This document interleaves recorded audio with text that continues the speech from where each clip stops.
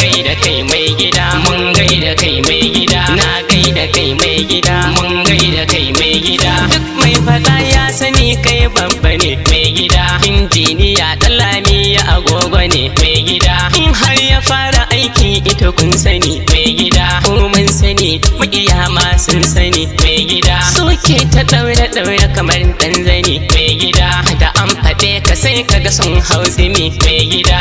Ko muna ta kallo ku yi magani mai gida, injiniya aikin ka da gaske ne mai gida. Mai gida da farko Allah shine guni mabuwaye, domin shi ya bani iko na zo na yi zance. In yo gai isuwa da ɗan kasuwar mu ya hayya a shi ɗin gamji ne, dodo zaki ne, barista a kai da shi fata ko amana ce. Inna uwar gida Karima kewa gaida ke, amarya a hansakin ga kewa gaida ke. Soyayya a ke da shi fa aiwata karewa, in yayi wanka amarya sanya mai hula, amarya ake mai miya ki sanya mai mage. In ya zo cin abinci har ma ya santi su komai igiya a yanzu hular su a baya.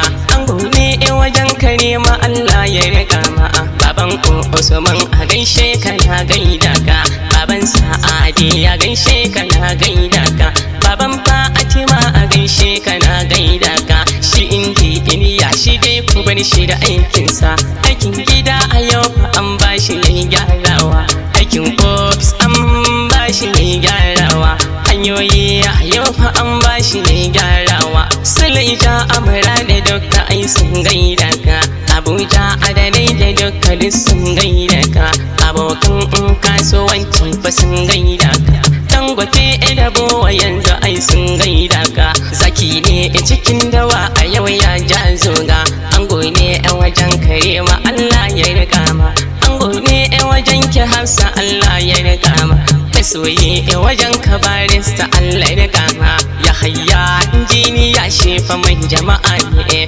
jirgin sha kundum ya kwashe mutane. Injiniya gaishe ka na gaida ka, shi masoyin Allah ne bai san fitina ba. Iyaye ne yan uwa suna yi maka oyoyo, abokai da masoya suna yi maka oyoyo, manya har da yara ma suna yi maka oyoyo.